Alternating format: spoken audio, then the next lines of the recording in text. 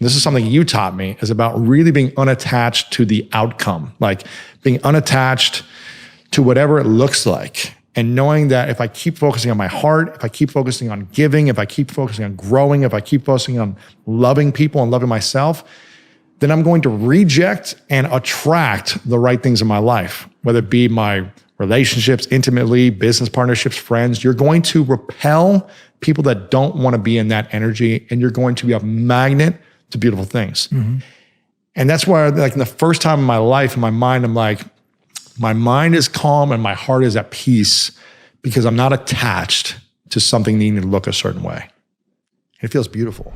Need motivation? Watch a top 10 with Believe Nation. Top 10, I got a top 10. Got my motivation high for my top 10. Gotta learn from the wise women and men. All my life, like 9 for my top 10, top 10, 9. This one's for my top 10. Hey, it's Evan Carmichael, and I make these videos because you are probably the most ambitious person in your circle, but you know you're capable of more. And you get that push by surrounding yourself with the best. So today, let's learn from one of the best, Lewis Howes, and my take on his top 10 rules for success. Enjoy. Rule number 2, be honest with yourself. Do you have any tips about how you've learned how to be honest with yourself versus avoiding? I think it's hard sometimes. It just depends on the situation and what we're talking about, but I'm not sure if I really have advice on how to be honest with yourself.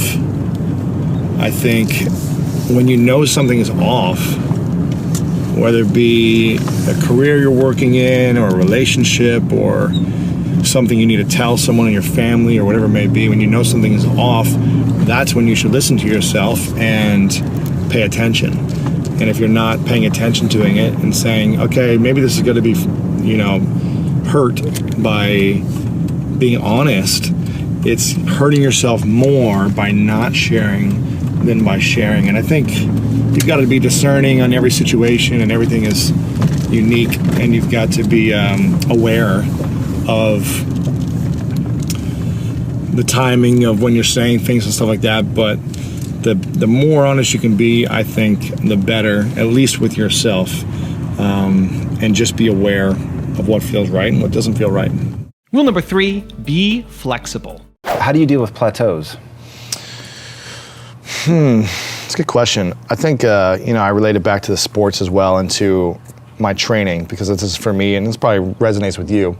When I'm working out and I feel like I've done the same workout for too long, and I feel like I'm not getting any gains, I just mix it up. Right now I have a product I've been selling for like over 1.5 years, and I feel like it's kind of hit its peak. So what I need to do is either rebrand it, figure out a new angle, and I'm also creating other products as well to add into the mix. So I'm just not allowing it to upset me. I just understand that, like, it's gonna hit a plateau. Everything's gonna hit a plateau. So being able to be flexible, I'm adding new team members in to create new creativity and have new ideas to see what I'm missing, and allowing myself to play and be flexible and create other products. Rule number 4, serve. What do you build your sense of self-esteem around? I would like to say the people that have come before me, and my mentors and my family and my parents. But how would you build your self-esteem around them? I build it around knowing how hard they worked for me. I mean, I really believe that, and so many people have helped me to, get to where I'm at. I just know it's taken thousands of people, whether they know it or not, to get me where I'm at. And I'm so grateful by that.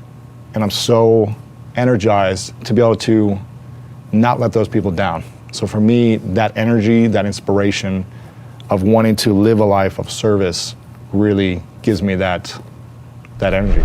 Good book by my man, Evan Carmichael, Built to Serve. If you want to learn about your purpose and how to become a better leader in the world, I love this. He says, this is the starting point for everything. If you're confused about what to do next, if you're pressured by others to fit in or live their version of your life, if you feel held back because of people judging you, it's because you don't know who you are and what you stand for. You got to figure out who you are and what you want and how you can serve other people. Rule number 5, be consistent and unique. Lewis, so many people do podcasting with little to no success. If you could name one thing that sets you or the other great podcasters apart from the rest, what would that be? I think consistency and quality. I think a lot of these podcasters who start, they launch something within 6 months and then they get discouraged because they're not getting the download numbers. And it's just going to take time. I think there's over 500,000 podcasts out there right now. You've got to really differentiate why people should listen to you or watch your videos, whatever it may be. And why are you going to be that much more unique than the other 500,000 podcasts that are already out there? So if you're not figuring out what it is that separates you in the space, and your podcast isn't completely different than all the rest, then it's not going to be successful. That's number one. And number two, if you're not being consistent with your show, it's going to be really hard because people want to listen to something consistently. So if you do it sporadically once in a while, or you do it for a few months and you stop and you come back to it, people are going to go and forget about you and go somewhere else. So you got to constantly be willing to create something of such high quality content that separates you from everyone else, and then be consistent. Even then, I have friends who have podcasts who do that aren't getting results that they want. So that's just the starting point, is high quality content that is unique and different than everything else, and consistency. And if you're not doing those first two things, then the rest probably isn't going to matter. Rule number 6, open up. When you hear about these stories of men or women coming out of the closet, it's like they held on to this tension and this resentment and this anger for their whole life. And then they finally open up about it. And it's like you can literally see them look younger, feel lighter, feel happier about and more fulfilled because they're finally stepping into who they've always been and who they are. They're bringing their identity into alignment with their outward self in alignment with their inward self. That's it. So it's like we all have something that we might be holding back from or not be willing to share fully. But I believe when we start to fully share that thing that is either who we are or the things we've been through that we're scared to share, that's when we can fully step into a lighter, more fulfilled life. Rule number 7, find the lesson. The challenge that I'm facing right now, the adversity you're facing, whether it be COVID, a relationship, you lost your job, you need to look at this as the greatest gift of your life, because it is. If you look at it as the greatest adversity, then you'll stay in that space for much longer until you realize this is a beautiful gift and it's serving me. Where do I find the lesson and how can I lean into the lesson and grow from there? Rule number 8, live a fulfilling life. Todd asks, why is it helpful for me to bring out the full potential in strangers? And I think it's important for me to do that with everyone, not just strangers, but with people I know and friends, family. I just feel like it's our responsibility to live a full, rich, happy life that is on the path of our dreams. And sometimes it's going to take, many, many years to start achieving certain things we want. I feel like, this is 10 years deep into what I've been doing now. And I feel like there's a lot of things that I haven't done yet. And I could easily be discouraged that I'm not as far along as I want to be or whatever it is. But as long as I'm doing things every single day that get me closer to what I want, I feel like that's all I can control. And so many people aren't doing that. They're just stuck. They're emotionally stuck, mentally stuck, physically stuck. They are living in this fear that holds them back from living a more fulfilling life. And I just feel like if we're gonna be here, why not be here in our best form? And at least try to be in our best form every single day by progressing. We may not be reach our ultimate potential in every area of our life at all times. It's probably just not gonna happen for most people. But if we can consistently say, look at the world around us. We were given an opportunity. We were given this body, this experience, this world. I've got this car. I'm in Los Angeles. I'm in the USA. I've got this incredible team. When we look at the things that we have, even if we're not sure why we're here, but we can say, I'm just so grateful for this opportunity, I feel like it's our duty and responsibility to make the most of it for our maker, whoever our maker is, whether it's God or our parents or our great-grandparents, whoever brought us into this world and this experience, and that includes a lot of people to make that happen. I feel like it's our responsibility and our duty to figure out how we can make the most of it and have the most fun and make the biggest impact, and also leave our experience better than the way we found it. Rule number 9, appreciate yourself. I think the most interesting relationship we have is the relationship we have with ourself, or source, or God, or our power. But I think the self-image we have, like I remember looking in the mirror as a kid and not loving myself. And if you can look in the mirror without narcissism, but actually like pure love for all that you've had to overcome, all that you've been through, all you've accomplished, your way of being, how you've been kind to human beings and kind to yourself. And if you can fully look in the mirror and say, I love you, and I'm grateful for you, and I'm proud of you. Those are 3 of the most incredible things that a person could say, because most people can't say those things today.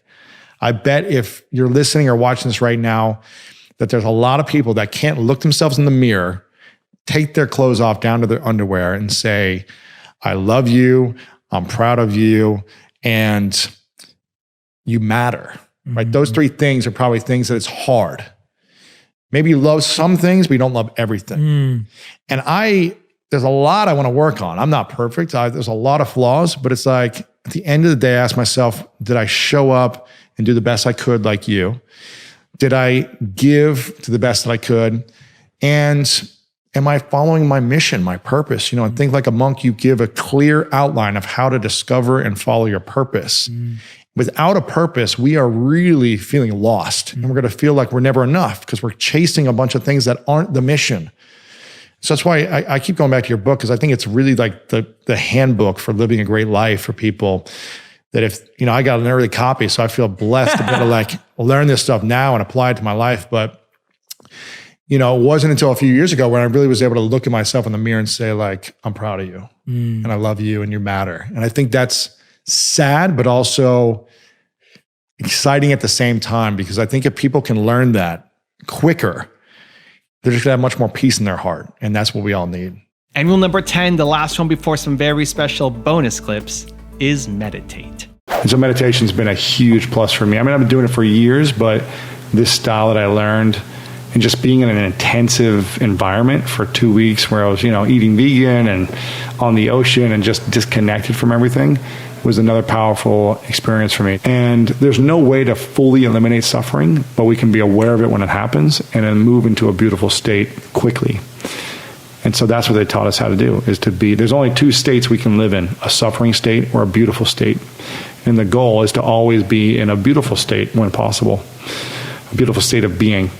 And, just reconfirming these masks, we live in a suffering state when we're wearing a mask, as opposed to living in flow, which is a beautiful, loving state. Now I've got a special bonus clip that I think you're going to enjoy. But before that, it's time for the question of the day. I want to know, what was your single biggest takeaway from this video and your plan of action for the next week? When you watch a video and just get motivated, you have a 35% chance of actually following through. That's what the science says. And that is not good enough, Believe Nation. We need to do better. When you actually get motivated and then create a specific plan of action for what you're going to do this week, you have a 91% chance of following through. And when you publicly commit to somebody else, like leaving a comment below in this video, it jumps even higher. So I want that for you. I want to know your single biggest takeaway from this video and your plan of action for the next week so I can celebrate with you. There's a lot of people who get frustrated, who then say, enough is enough, I'm going to do something. And then the next day they wake up and they're like back to their old life. Like they had this moment of boldness, a moment of greatness, and then fall back into repeated patterns and habits, and life just gets them down again and they go back to their job or their regular life. Like, how did you break that cycle? And this is actually the day I'm going to go and do something bigger. I think it was just a moment of like, enough is enough. Like I was sleeping on my sister's couch for a couple of years originally. And she had told me, are you going to start paying rent at about a 1.5 year mark? Like, when are you going to start paying rent? Because I was just eating her food for free. I was like a slob. I didn't like clean up. I was just taking advantage of the situation. And I was 24 years old or something. And I remember just being like, it's time for me to grow up and do something with my life. Like, I've sat here for 1.5 years, almost 2 years now, like depressed, miserable, whatever I was doing, making excuses. Like, this isn't who I want to be. I aspire to be something greater. You know, my parents didn't raise me to be this way. I wanted to make myself proud. I wanted to make my last name proud. I wanted to make, you know, my family proud. And I wanted to be a symbol. I think, you know, I've always wanted to be a symbol of inspiration, of possibilities. From my sports days, like, I remember the feeling after the games when parents or fans or parents of other players from other teams would come up to me and say, thank you for showing me what's possible. Like, I had no, you know, there was no way you were able to catch that ball, but somehow you did that. It was like, it blew my mind. There was no way you guys should have come back after how much you were down. And what you did, like, blew me away. Like, I loved hearing that and seeing in other people, like, this spark of passion, excitement, of possibility for what they could create in their life. And I wanted to be that symbol of passion and vision and focus and commitment towards my dream to show others what's possible. And I've never been the best at anything I've done. You know, in sports, I was like always the underdog. I was never the biggest, fastest, or strongest dog. And I think it's just wanting to show people what's possible. So that's what I'm still doing. It's like I'm just a kid from a small town in Delaware, Ohio, who had a lot of emotional turmoil inside growing up, and I'm trying to show people what's possible, no matter where you come from. So my dad gets injured. He got in a car accident, was in a coma for 3 months. And we didn't know if he was gonna live or die. Yeah. So it was this very uncertain time. And when he was in the coma, I said, you know, what would he want me to do? He would want me to go live my dreams. And so I went after playing professional football right after that. And he eventually woke up, but we had to teach him how to write, how to talk, how to, we had to, change him constantly. Like, he wasn't the functioning person that he used to be. He wasn't my dad anymore. Yeah. So it was an emotionally challenging experience because I lost the relationship with my father, but he's still in front of me. Yeah. I had to teach him how, he was like a kid almost. Yeah. And so to watch my father be this, provider, larger than life hero of mine. Yeah. Now we have to take care of him. Yeah. It was a challenging experience for me as a 23-year-old. And I remember, so he had to sell his business to his business partner at the time. So there was no more financial support that I had because he was kind of funding my athletic endeavors, training, education, all that stuff, everything. He was like, you go chase your dream. Like, I'll take care of stuff. So when that realization came to me, like, I no longer have my dad to fall back on. I played football, got injured. He wasn't able to be there for me financially, emotionally, mentally, spiritually, as a mentor. He wasn't able to be there for me. Yeah. And I didn't have his company to fall back on, nor did I really want to. I mean, I almost failed it 3 times in a row. I didn't really like it. Yes. I liked people, but I didn't want to sell insurance. Yes. Just what he knew for 33 years. And that was probably the biggest thing that happened to me, because if he was still healthy and alive, then you might be just taking over I'd the probably insurance business. Sell life insurance in Delaware, Ohio, and be rising up in that city or whatever. Maybe I'd have moved to the big city of Columbus, Ohio. But as much as it's sad for me to know that he's still alive, but it's like a completely different relationship, and it's sad for me to know that happened. But I also think it had to happen for me to be able to become the man that I am today. Yeah. And to have the courage to be able to go after something that I didn't even know was possible. Like, I'm all about having nice things, like living in a nice place, flying first class. Like, I'm all about convenience and all these things. But I think if I was posting about all my material possessions every single day on social media, talking about how much money I had constantly, I would attract a certain crowd, and I would attract people close to me who probably were thinking about the same things. We're focused on the money. So I would ask myself, like, if I lost it all, would those friends still be around? Did I make an impact in their life, or did I have meaningful connections with them? beyond the money? Or was that the thing that attracted them to me as well? So I think you just need to ask yourself, like, again, if you're an athlete and then you get injured, are your friends going to stick around? Is your entourage going to stick around if you're no longer playing in the game, whatever sport you're playing, and you no longer have the money? Did you make an impact in people's lives? Did you build meaningful, intimate relationships? If you didn't, those people probably aren't going to stick around. But don't allow your net worth to reflect your self-worth. And the same thing with your athletic capabilities and everything else. Figure out a way to develop your self-worth first and build meaningful value in other people's lives. And if you make a lot of money, cool. But at least you have the foundation first of self-worth. Walk us through what is, it was actually really interesting, even though I felt like I understand exactly what he means. It was really neat to see it in black and white. Here is the traditional view of what a real man is. So walk us through that. Yeah, I mean, I think the traditional view is that a real man doesn't cry, doesn't show emotion. A real man makes a ton of money because he can provide for his family. A real man is able to have any woman he wants. A real man is strong, athletic, physical, and a real man doesn't back down from controversy. So I think, and there's a number of other in the list, but it's kind of like those key things. A real man is intelligent, he can take on any challenge, all these things. And so that's where we get men who are, who are stoic, who don't show emotion, because, it was driven into me day after day to not show fear, to not show emotion on the football field. Driven into you. Don't show them that they got to you, right? Don't let them see you sweat. Just like the simple things you hear over and over. But when a coach is beating you over the head with a whistle, screaming in your face, grabbing your face mask, throwing you down, and you're witnessing this all the time, because you're showing emotion, you're not going to do it. You're Pretty just fast, not. yeah. If you want to play the game and you want to be, achieve your goal, you're just like, okay, I'm going to be tough. Like, I just broke my ribs. I'm not going to let anyone know. Like, you just keep playing, you know what I mean? And so it's just challenging. It's just challenging. And especially with boys in locker rooms of sports teams, it's like the conversations, the locker talk is true. It happens. Unless there's a group of boys that just stand up and are like, hey guys, we're not going to talk bad about these girls or about these other kids or about these guys. We're not going to bully people. We're going to be supportive. It's just rare, I feel like.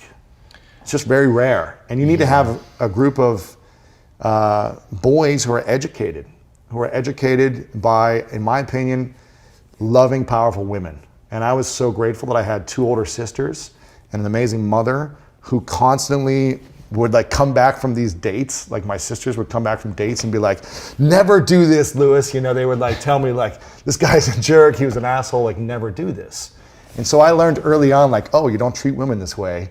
And there's a certain way to be in the world.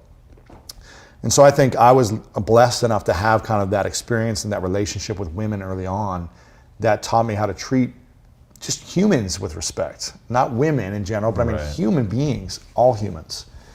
And that's what it is. I think it's first education. When I had surgery, I broke my wrist and they had to put a bone from my hip into my wrist. You see the scar, See the scar here.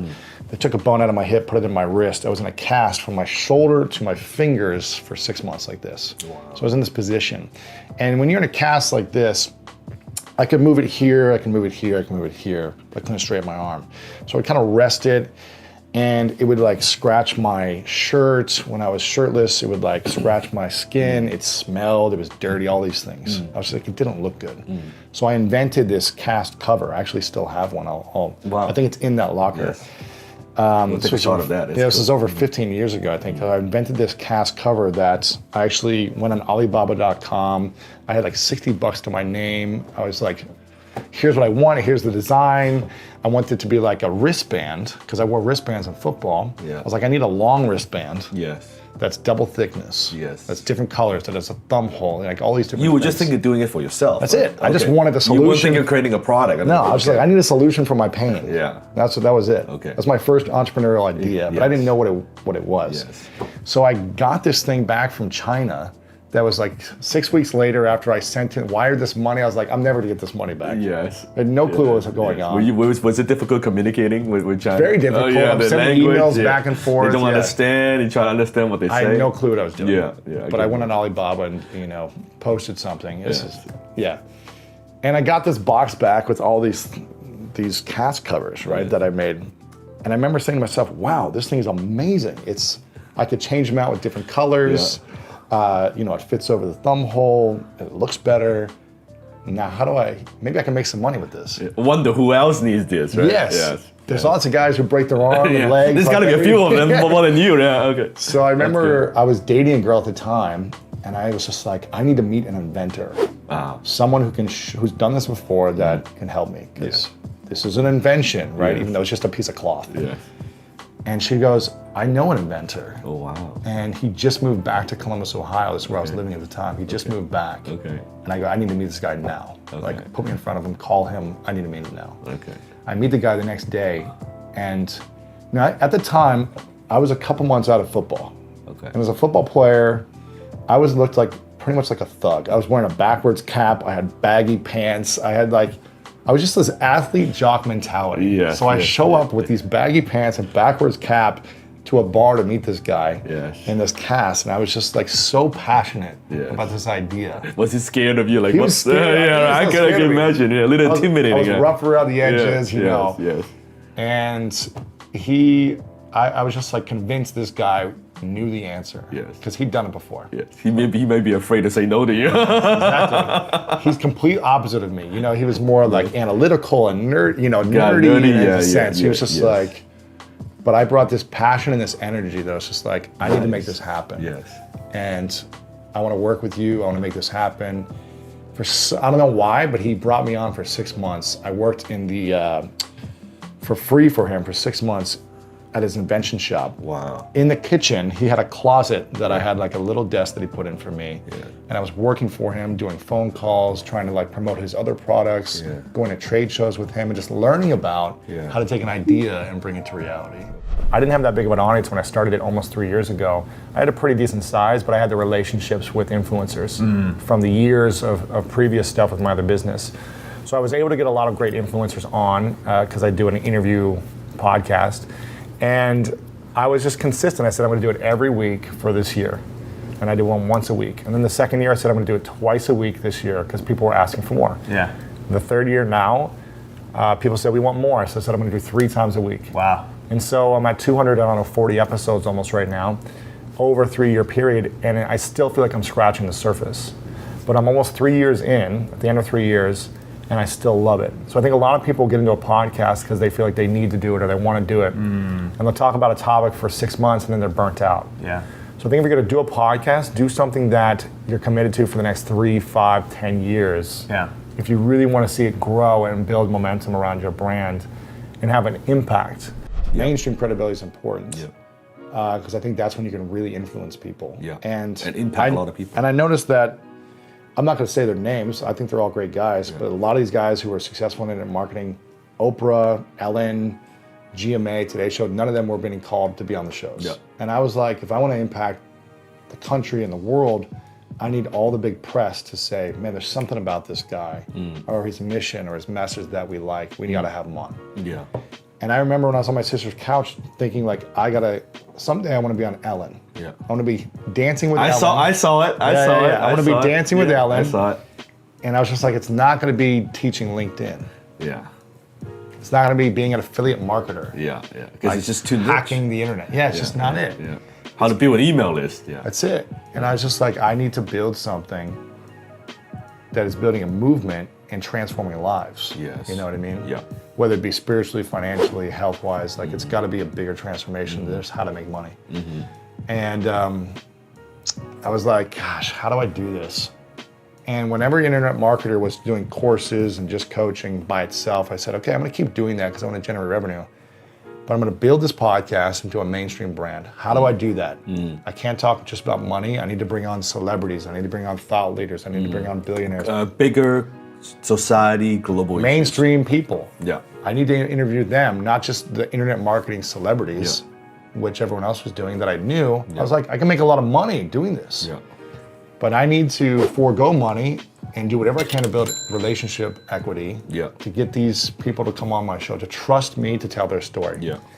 Through association, I'm going to become that. Yeah. You know? Yeah. You become who you hang out with. Yeah. You become those people that you're surrounded with the most. Yeah. And so people just started to say, well, I was in those conversations. Everyone would just be like, do you know Lewis Howes? Do you know Lewis Howes? Like, Lewis is a cool guy. Like, yeah. Man, he's with this person, like, it was a great interview. Man, that's Lewis Howes guy. Yeah.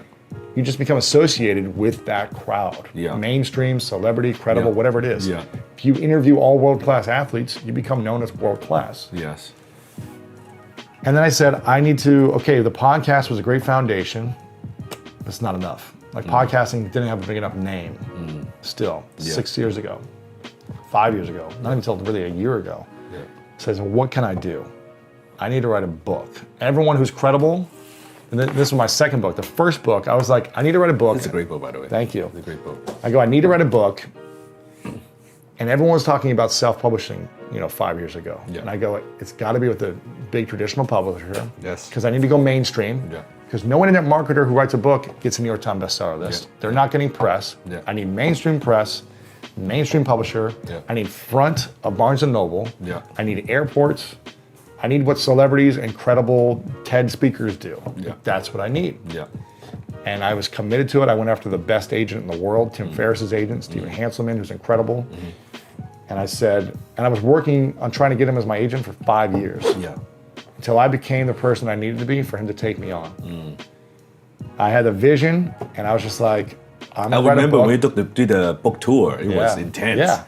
I was like, It I need to do was everything intense. that a celebrity would do, everything that a New York Times bestselling author would do. What do they do? Yes. They do big book tours. Yes. They have other celebrities with photos of their book posting I them. remember after the book tour, I think I was listening to, you on a show or something like that. You're like, oh my, that's a long, man. it was a lot. It was a lot of work. Like, oh man, There that was was. so much energy. Yeah. But I was like, this is a moment in time that I have Yeah. to make something special happen. Yeah. Can't write a book every year Yeah. and have a chance to hit the New York Times bestseller list Yeah. unless that's all you're doing as a writer. Yeah. But I was like, I need my first book to make a splash. Yeah.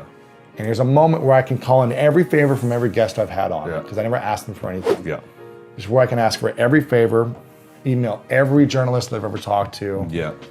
all my affiliate marketing contacts, everyone, Yeah. to promote one thing Yeah. for 1 week Well, 1 week. Yeah. and give myself a chance. Yeah. It was in the front of all the Barnes & Nobles Yeah. because I built a relationship with the Yeah. Barnes & Noble team. Yeah. I was in magazines, I was on TV, I was on everyone's email list, every podcast, all social media. I was omnipresent Yes. for a couple of weeks. Yes. And I remember when I got the phone call from my agent congratulating me that I hit number 3 in the New York Times bestseller list in the first week, I was just like, it's kind of like this, like, oh my gosh, we put all this energy. Even if we didn't hit it, I would have been disappointed if we didn't hit it, but I was like, you know what? We went all in and it worked. And I knew that just having New York Times bestseller next to my name as an author would be another bump in credibility. Yeah. Another bump towards mainstream. Yes. Another bump towards mass audience reach. Yeah. So I do things very intentionally that are very challenging Yeah. to do Yeah. in order to give myself that. Yeah. Doing the podcast 3 times a week for 6.5 years is challenging to do for people. Most people would not do that. They And to would- build relationships with people for years before they come on Yeah. is not fun. Yeah. To write a book and think of it as a New York Times bestseller, not as a moneymaker, Yeah. but as a mainstream book. Yeah. It's counterintuitive to my marketing roots, Yeah, right? totally, It's I like, get what it. can I do as a funnel to have a back end? And I think, no, what can I do that's going to change humanity? Yeah. And that's why I'm launching my new book. It's exactly the same. Exactly. Exactly the same. Then I said, okay, what's the next phase? I need a talk show. Yeah. So last year I did the first talk show for Facebook Watch. Yes. They came out with a new platform. We launched their first ever talk show. And that was another bump. It was like Yes. getting credibility, getting press, Yes. getting all this attention. Then I was like, you know what else do I want to do that's challenging that people aren't willing to do because it takes time, money, and energy? This is what I felt growing up. If I lost any game, I felt like a loser. If I felt like a loser, I felt like no one was going to accept me and acknowledge me and appreciate me. Right. So I was so driven to win. And I was the worst loser. I was such a sore loser. I was like mean. I was bad to be around for days until the next game. And if I lost 2 in a row, it was like a nightmare to be around me, right? Like Yeah. I feel bad for my parents to like have to deal with me all those years. And then I took that into the other areas of my life in a conversation. If I'm not right, then I'm wrong and I lost. And so I'd feel like mad and angry in arguments if I didn't win the argument. Then if I win the argument, I made the other person wrong and they lost. And I never understood this concept until 4 years ago of win-win. I never got that concept. 4 years ago, I got that in the same workshop where I was like, wow, my whole life I had to win, and that meant everyone else had to lose with this athlete mentality. That puts me isolated on an island by myself because no one else can win.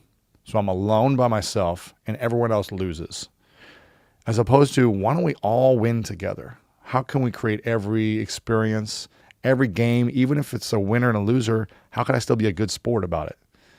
And how can I, even if I lost, how can I win by being a good sport and learning something? Yeah. It's finding those other experiences in our life that for so long, it was just like I had to win, and it was just constantly killing me inside. Yeah. My third mentor told me to go on LinkedIn. Okay, got it. So my third mentor was a headmaster of the university that I went to called Principia College. And he was an Olympic qualifier in the marathon. He was just like a great spiritual business leader for me. He just always had the right moral. He just always knew like which direction you should go in. I could go to him for advice, and he was kind of like a sensei where he would never give me the answer. Yeah, ask you questions. Ask me to answer myself. Yeah, you know what I mean? That's a great teacher right there. Great teacher. That's a great teacher, yeah. He would just kind of wait for me to like know the answer, you know, whatever it was. Nice. And I remember calling him and saying, I'm broke, I don't know what to do. I'm getting food out of the back of a Toastmasters. Like people have to beg people to take me to lunch. And he said, you should join LinkedIn.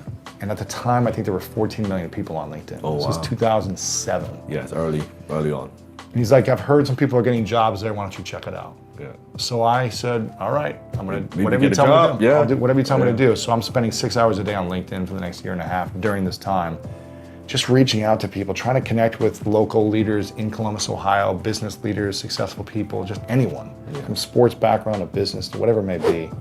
Anywhere I could find like a tie where I went to school with, or they went to the same school, or they like football, anything at all. I was like, what do we have in common that I could reach out and connect to people? After about a year of building my relationships and profile, people just started coming to me and saying, hey, can you introduce me to this person? How do you know that person? I need help here. Can you connect me to a sales rep or a marketing rep? I just started to become the connector. Then people were like, can you show me how to use LinkedIn the way you're doing it? Yes. And I started showing my friends. Yes. And one guy gave me $100 after I showed him. He goes, you have no idea this is gonna help my business so much. Yes. And I go, this is a thing, I can make money teaching what I already know really well. Yes. And that was a big spark for me. I was like, okay, I can make money doing this. Yes. What do you think about masks in terms of identity? Because for someone like you who spends a lot of time thinking about this, that not only did you go see a therapist, like it actually registered in your mind that would be a helpful thing. For a lot of people it doesn't. They actually don't know what their true self is. Like how do they begin to deconstruct and differentiate between, like when you talk about wearing the athlete mask for so long in your life, and that was real, right? Like you had a real passion for it. You still do. I mean, you're on the US national handball team, so it's like there's a point at which it's real and sort of core to who you are when you're being authentic, and then it spills over into a mask. How do you help people deconstruct that process to find where those marks are? I think it's a lot of self-discovery. It's a lot of, for me, what worked was having open conversations and asking for feedback. And when you're wearing a mask, you don't want feedback. You want to know that you're right, that your way is the right way because it's been working for you. So asking someone, hey, how do I show up for you? You know, is there anything I do that just rubs you the wrong way? Or do you feel like it's hurting our relationship? Or do you feel like I'm disconnected in any way? How often did you have conversations like that? Growing up, not many. But 4 years ago after this fight, I started having them every day with everyone in my life. I think, you know, here's something you can start with. You can either have an open conversation with someone and ask them to rate you. You know, whatever works for you. Hey, will you write a list of the things that you feel like work really well for me, my strengths and my weaknesses? Or on a scale of 1 to 10, how open am I to feedback for you? Am I, 9, where I'm pretty open pretty much all the time? Or am I at a 2, where anytime you ever suggest anything, I push you away? Just start getting feedback from your closest friends. If you have an audience, you can ask your audience, from your family. Did you ask your audience? I didn't necessarily ask them to like grade me, or something like that, but I started having an open dialogue with my audience. I started sharing and revealing things. I started opening up about the things I was going through, things I was letting go from my past that had really affected me, and kind of having more like a confessional with people, with my audience of like, this is what's happened to me, this is where I'm going, and this is what I'm working on. I hope you'll stick around. Right. But I think asking people to write you a letter, if you can't have an open conversation, if you don't feel good about that, email someone and say, hey, I just want to get some feedback. I'm not going to get upset. I want you to speak openly to me, but could you write a list of like 5 things that I do really well, 5 things that you feel like are holding me back, and from our relationship, from my relationship with other people, and from my dreams. Start there. You're going to get so much, and say, I want you to be completely honest. Again, it's just one person's opinion, but it's their perception, and perception is reality to that person. So I try to get as much feedback as possible from my closest friends, my family. I had a one-on-one conversation with every family member. Wow. I took ownership and apologized for everything that I'd ever done. And I revealed all the things that had happened to me that I was terrified for them to know. I remember in between college, it took 2 years for me to get, I was doing like NFL Combine and tryouts. Didn't make the NFL, so I had to sit out a season. Then I did Arena League the next season. I remember during that time, I was like, I have no money, but I just need to train to get ready for the next season.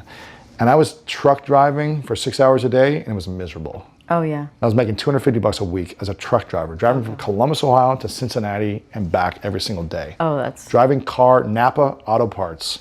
It was a Napa truck.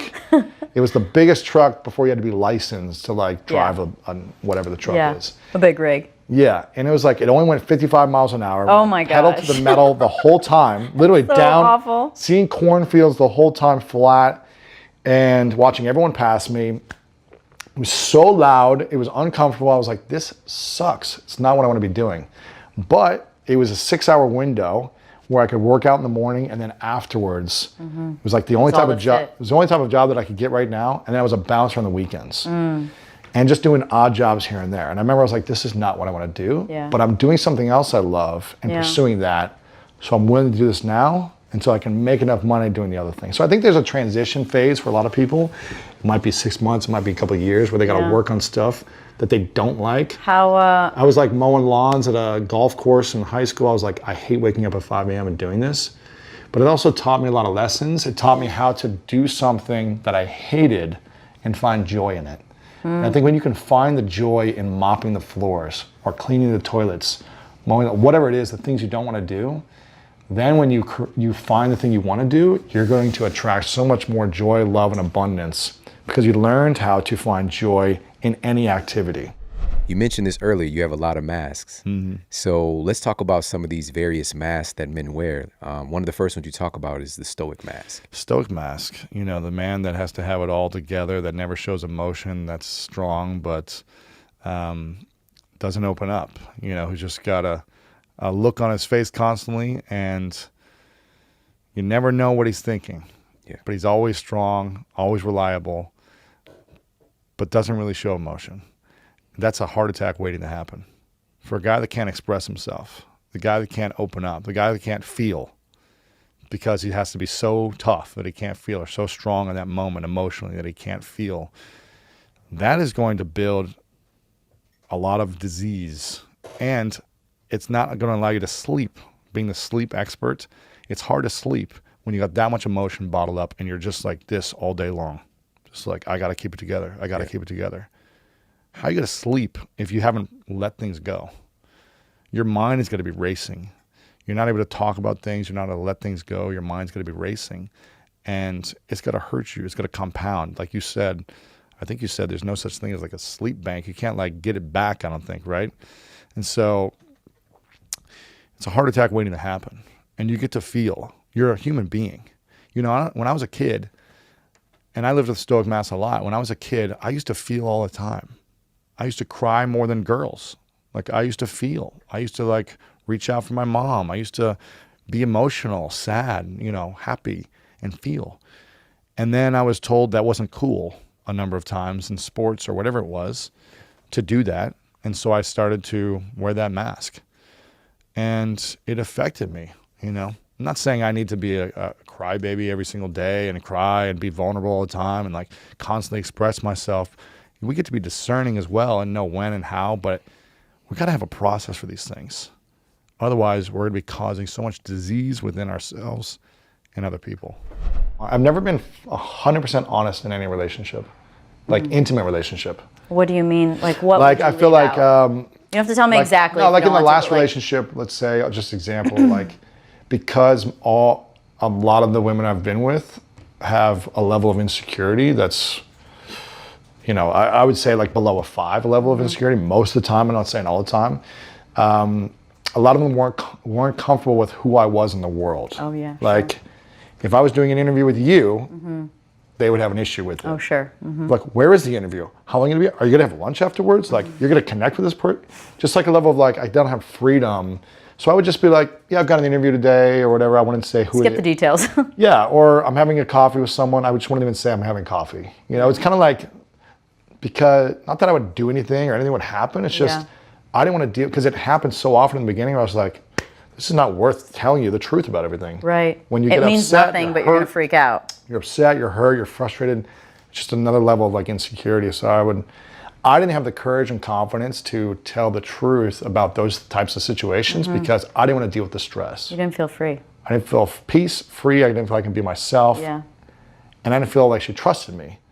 Like, if you don't trust me, you wouldn't stress. If you trust me, you wouldn't stress out about this. Right. So this relationship, I remember in the first few weeks of us dating, she was like, I want you to promise me something, that you will always tell me the truth. And I remember sitting there, I was just kind of like smiled. I was like, I honestly don't think you can handle the truth. And she goes, I can handle it. She goes, I may not like certain things, but I can handle it. And I go, really? She goes, yes. I don't care what you do in your life. I can relate to that. I don't care what you do. Yep. If I know you love to salsa dance, go salsa dance. I know you love to do this. Like, I will trust you fully. I just want you to tell me the truth. The lie is worse than the truth. It's worse. It sucks and It it hurts eats you way more. alive.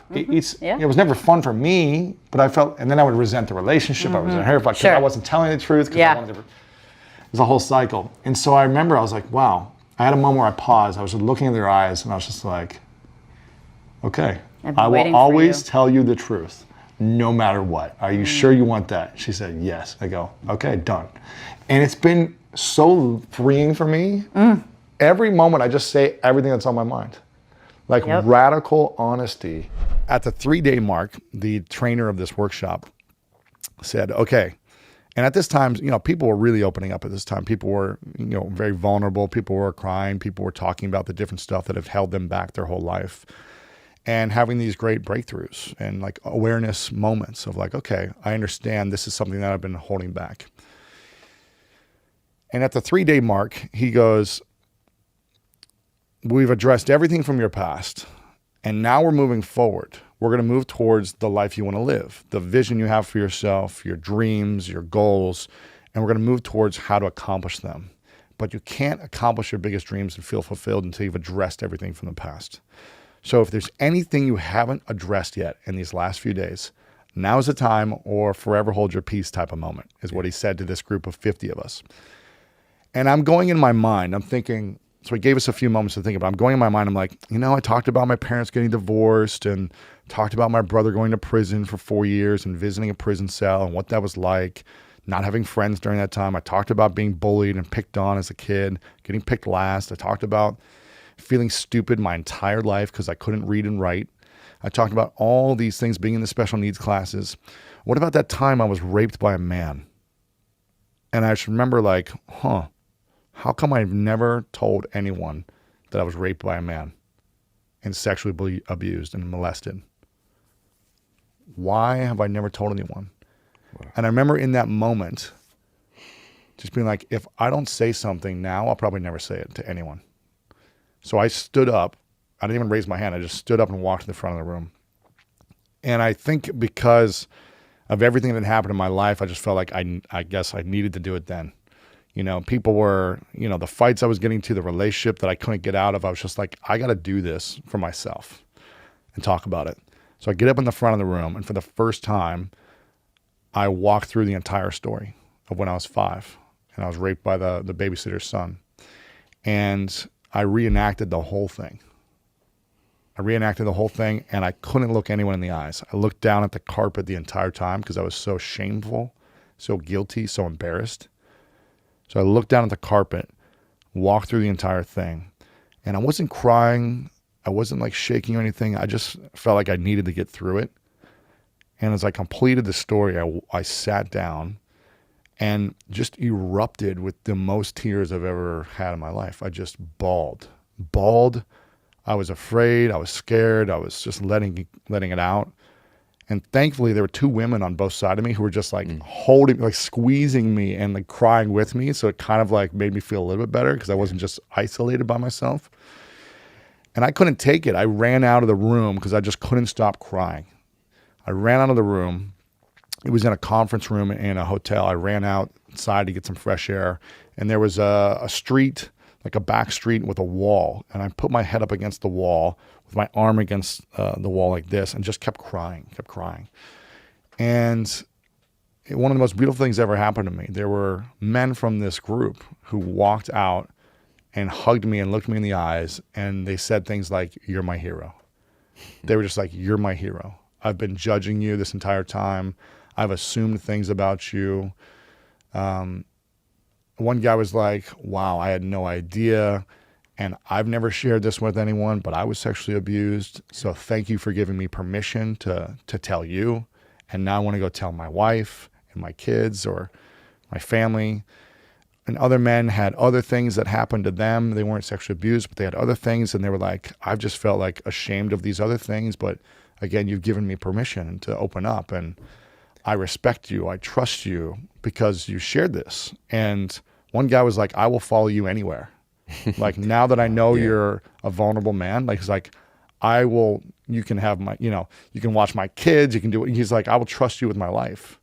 And I was like, what? It was just like this, it was crazy because I was so emotional. Yeah. I was terrified, guilty, embarrassed, all these things. Yet all these people and women were coming up to me being like, you are like, they were like, I'm so turned on by you. Like all these, everything. It was like all at once. For some zany reason, the hardest thing for me to understand or get is self-awareness. Taking advice from Gary Vaynerchuk and yourself, but can't seem to break through to understand or become self-aware. What is your take on self-awareness and the first step you would take to become better self-aware? I think being self-aware is realizing who you are, what your strengths are, what your maybe weaknesses are in moments, and just taking a moment to say, how am I showing up in the world? Am I getting certain results that I like in my personal relationships, in my business relationships, in my family relationships? Am I aware of the things that I am speaking into the world? So am I blabbering random things? Am I swearing all the time? Am I speaking negativity into the world? Am I speaking from a place of scarcity, or am I a positive person? Am I thoughtful in what I'm eating? Am I eating junk food all the time? Or am I intentional with what I'm eating? Am I intentional with how I create my surrounding, my environment, my space? Am I intentional with the people I surround myself, the conversations we're having? So I think that's part of being self-aware, is just first off recognizing, how do I show up in the world? What are the actions I take? Who am I? Everything. And first recognize where you're at in that space. So that's the first step of being self-aware, is literally being aware of who you are and how you show up in the world. The second thing, put the AC on. The second thing is then seeing where you want to go. So seeing what your vision is and realizing, am I on track to achieving what I want? Or is my lack of awareness holding me back from achieving this vision? And do I feel the things I want to feel every single day? Or am I constantly in breakdown? Am I constantly suffering? Am I constantly experiencing pain or frustration or anger or resentment? If that's the case, then it's time to be more aware of all the actions you take, of all the thoughts you have, and of your surroundings. I was broke 8 years ago on my sister's couch. And I remember saying, like, I never want to feel broke again. I never want to feel like in scarcity, like I need other people to depend on. I was living on my sister's couch. She was paying for stuff. I was like, I never want this feeling again. So I put on the material mask and I started fixating on money, millions of dollars that I wanted to make. I started fixating on nice things I wanted to have. I was like, I'm going to fixate on this. I'm going to meet people who are rich. I'm going to learn from them, and I'm going to figure this out. And it worked. I made a lot of money. I was off my sister's couch. I have a nice place. I could afford anything I want, essentially. Got a lot of money in the bank. It worked. But I gained 50, 60 pounds. I had 0 relationships. And it was never enough. We talked about this last night. Like, it was never a moment where I was like, okay, I feel worthy now. Like, no, my worth was dependent on how much money I had in my bank account and talking about it with people. And I think that's when it becomes a slippery slope. I had to kind of like constantly tell people, this is how much I have, this is how much I'm making, and like talk about it to like prove like, oh, you're great. Like, you're a good guy. Like, I want to be around you now. And that was that was a challenge because it worked to wear this mask. But then I was attracting people in my life that weren't there for the right reasons. I wasn't feeling authentic. I wasn't feeling all these things. So I'm all for making the most money in the world you want to make and having nice things. But there's a way to kind of showcase these things that uplifts and inspires people and instead of showing off these things, if you know what I mean. So I think there's some people that show off certain things. Thank you. There's some people that show off their money to make them look good and make them look worthy. And there's other people that showcase their lifestyle, and it just happens to be a part of their life. I'm constantly thinking about, how do I build what I have currently? How do I maximize what I've created currently, my podcast, my courses, webinars, all these things that I'm doing. But I'm always constantly thinking about, where's the puck going? Where is the puck going to be? Right? And where can I predict what's going to generate results in the future? What's going to get the maximum results for my vision of impacting more people? 100 million people I want to impact. So what's going to give me the maximum results? That's going to give me the least resistance, because more and more people are doing podcasts, more and more people are doing webinars, more and more people are trying to do these courses. And a lot of people are saying the market is being saturated now because of this. So how do you stay ahead? How do you be first or the best or the most different in these different industries and things like that? And so I'm constantly thinking about what's going to be big in the next year, 2 years, 3 years, and how can I get ahead of 99% of people to get to that place so that I'm first, or I've learned enough in the process to be able to be there. And I'm constantly investing money and time into researching what that's going to be. And that research might be just going to events where smart people are at who are doing different things and asking them the questions. That research and investment might be trying things. I tried to launch a digital magazine because I felt like online publishing magazines was going to be bigger than print magazines. And while print magazines are dying and some people are doing digital magazines well, I spent $100 grand trying to launch a magazine that I never launched. But for me, it was like, at least I'm testing and I'm trying things and I'm setting myself up to win for the things that are potentially going to be big. But the podcast I launched before people started launching podcasts because I saw this is where it was going. Smartphones were making it easier and easier for people to consume audio, whereas before it was a challenge. And I never listened to podcasts before. But now with the smartphones, everyone has a podcast. Now I think there's 500,000 podcasts now. So I am constantly thinking, how can I maximize what we have today for my business, health, everything, but also what is next? Because there's always things that are disrupting industries. Every industry has disruption. You think about Uber. People, the next generation is not going to be driving cars. They may not even get their driver's license because they don't want to drive. There are different technologies, different apps, different things that are happening in the world right now that is disrupting industries. So what you think is going to be working in the long term may not work.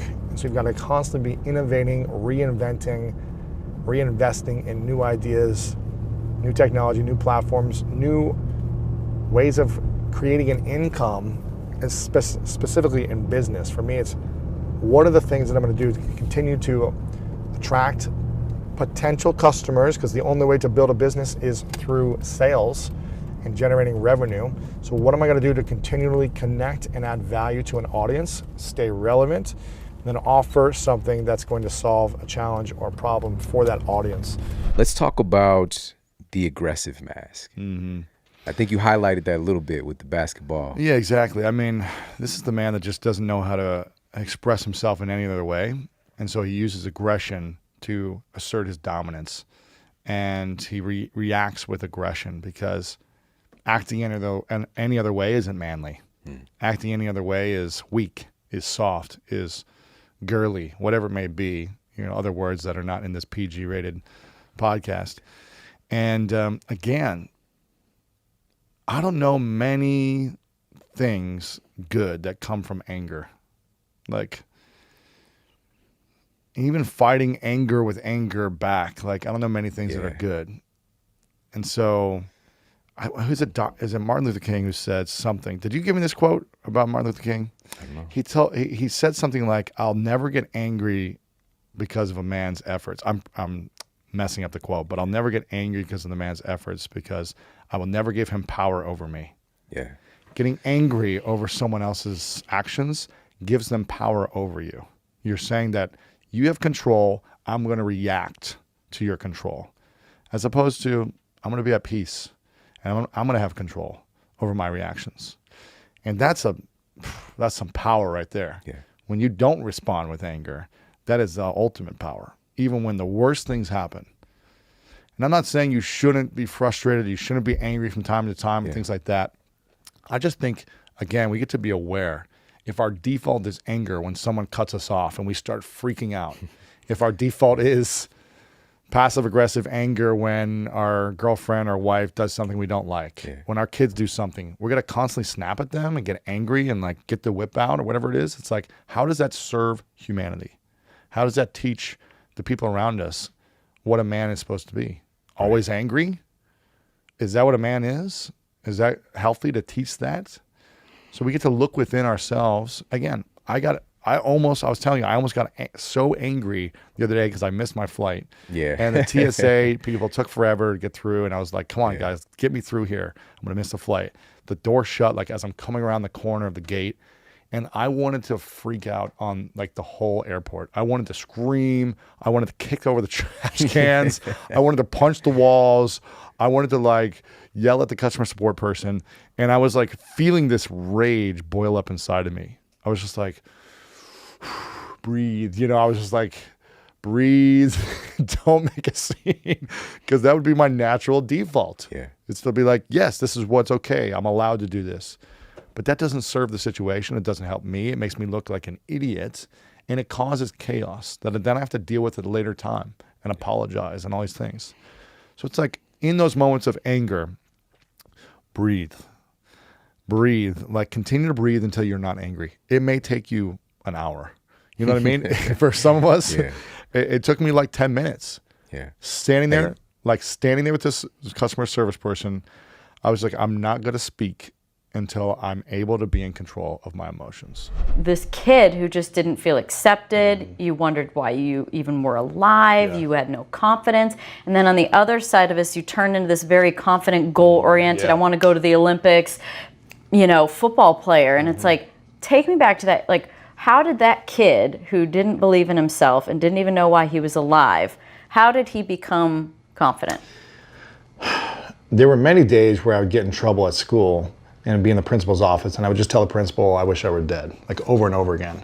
And I think back then they didn't know how to handle someone who said those things. I think there's probably a protocol now when a kid says like, I wish I were dead. Right to the shrink. Right, something, right? But there's just like, okay, get back out there type of thing.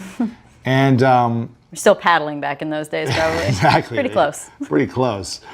For some reason, when I was sexually abused when I was 5. My brother went to prison for 4 years when I was 8. And my parents were constantly fighting and screaming and passive aggressive. There wasn't a lot of love in the household. My older sisters attempted suicide. So it's just like, it felt like numbing small trauma every day and then like big trauma every like couple of years, right? Like something happened was like, boom, here's a big trauma. And then just numbing, passive aggressive, not being seen, heard, like cared for. That was the story I would tell myself. Like numbing little traumas, big trauma. Numbing little trauma, big trauma. And for whatever reason, I kept thinking like, why am I here? There's gotta be a reason. Because otherwise, I might as well just end it. That's what I thought as a child, right? Jeez. And I just kept saying to myself, and I grew up in a small town in Ohio, and I kept saying to myself, like, I was here to do something. I don't know what it is, but I just need to get through this. I just need to get through this. I need to figure out what it is. There was something inside of me that just kept saying, like, you're here for something greater. I don't know what it was. I don't know if it's source, God, like my own craziness. The veil between intuition and, you know, the intuition in you seems thin compared to some. Yeah. Right? To be able to be in that position, yet feel I'm here for something. That veil's thinner. Yeah. Which is great. And it took a long time because I really didn't feel like I had many friends. It wasn't until I found sports. It was just like, I got picked last on a dodgeball team one time in school in 3rd grade, and I was just like, never again am I gonna. How? You're like 6 foot. Exactly. I mean, you were probably 5'10" then. I was tall. Yeah, I was like 6 foot then. And I was a pretty decent athlete. I was like, I remember this. I don't know if you know this story, but they took us out in recess and had the class do a dodgeball, right? And we're gonna split the class in 2. And the teacher picked like 2 guys to pick the kids, like 2 captains. And they're picking one by one the boys in the class, right? So they picked all the guys first, and I'm thinking, oh, I'm gonna be one of the first people picked in my mind, because I was a pretty good athlete at this time.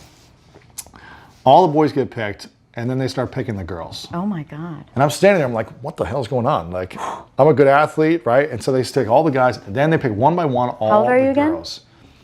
Probably like 10, 11. Okay. Yeah, 10, 11 maybe. Oh my gosh. 9, 10, 11, somewhere around there. Maybe it's because girls mature quicker. I don't know. I don't know. I was the tallest kid in class. I was like, Okay. I thought I was a good athlete, whatever. Then they pick all the girls one by one, and then there's me, the last one. And they didn't even pick me. I was just by default on that next person's team. And for whatever reason, then something snapped inside of me. I was like, mother effers, like. Yeah. First off, I just felt like taken advantage of. I felt abused. My whole life was like this feeling of abuse and being taken advantage of because I was sexually abused. That's kind of the pattern that I've found that I have to really like be mindful of. Like, okay, if I feel like someone's taking advantage of me, it's okay. Like, I don't have to react like they're sexually abusing me or something. Right. You know what I mean? Same scenario. It's okay. But that's kind of the story and the pattern that I've been in. And so something snapped, and I was just like, I'm going to destroy everyone in this dodgeball. And I was just like catching everything and throwing it in kids' faces. I was just like, whoa, you know, I was like, I'm going to dominate. This is an SNL skit. Exactly. Right? And I was just like, never again will anyone choose me last. And kind of like you, where it's like I had this goal in my mind, and I was just like, after class or whatever was done, 3 o'clock every day, I was at the gym till 10 o'clock every night, playing basketball, playing soccer, playing football, working out, whatever I could do, I was playing a sport until I had to go home. Because it was this deep, dark like desire to be something more than picked last. And I was like, I'm gonna prove every kid wrong who's ever made fun of me, who's ever bullied me, picked on me, abused me. I was like, everyone's gonna be wrong. And that was the driving force to me, you know, achieving everything I did in athletics. Until I hit 30, I realized like my whole life I've been doing things to prove everyone wrong. And I think it's the second most powerful fuel in the world. The most powerful is lifting others up and being of service and coming from a place of inspiration rather than needing to look good, be right, be the best.